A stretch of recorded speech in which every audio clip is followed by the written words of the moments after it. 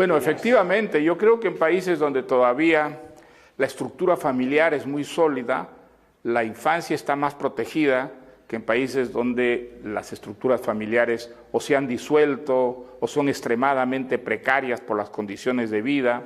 Y eso ocurre paradójicamente en los países más avanzados, donde las familias muchas veces tienen una existencia que es casi puramente nominal, muy poco real, y donde la familia no existe o existe de esa manera tan precaria, pues la infancia está muy abandonada a su propia suerte. Esa es una realidad que viven dramáticamente los países, digamos, más avanzados, y allí es donde la infancia muchas veces está expuesta, ¿no?, a toda clase de riesgos, de abusos, de atropellos. Hay que ver solamente los casos de pedofilia que llegan a través de la prensa sensacionalista en los países más avanzados, más desarrollados. Y eso no ocurre tanto en las sociedades más pequeñas y las sociedades más primitivas. Pues tuve una infancia muy feliz. Fue realmente el paraíso de la infancia del que se habla tanto, y yo lo viví realmente. Vivíamos en una casa muy grande, mi familia era una especie de familia bíblica, los abuelos, los tíos, mi madre, mis primas, y todos mis recuerdos de esa época son buenos. Vivíamos una especie de, gran irrealidad, realmente muy protegidos por una familia muy unida, que vivía con comodidad. Yo creo que sí, sobre todo porque en esos años nació mi vocación.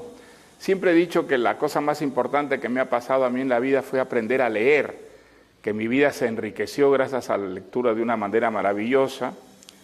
Pero sí creo que se ha avanzado, creo que hay una conciencia mucho mayor de la necesidad de proteger la infancia, que es, pues, víctima inocente de múltiples abusos, atropellos. Hay que recordar que en la infancia se gesta en buena parte el resto de la vida humana. Allí es donde se construye la personalidad, donde se revelan las vocaciones.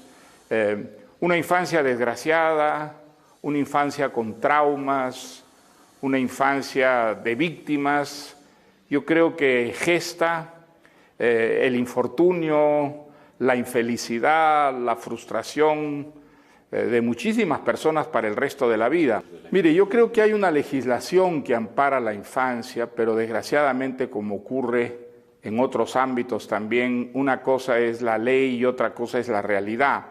Las leyes no se respetan, las leyes se burlan, muchas veces, digamos, hay una justicia que no es capaz realmente de aplicar la justicia en todos los ámbitos.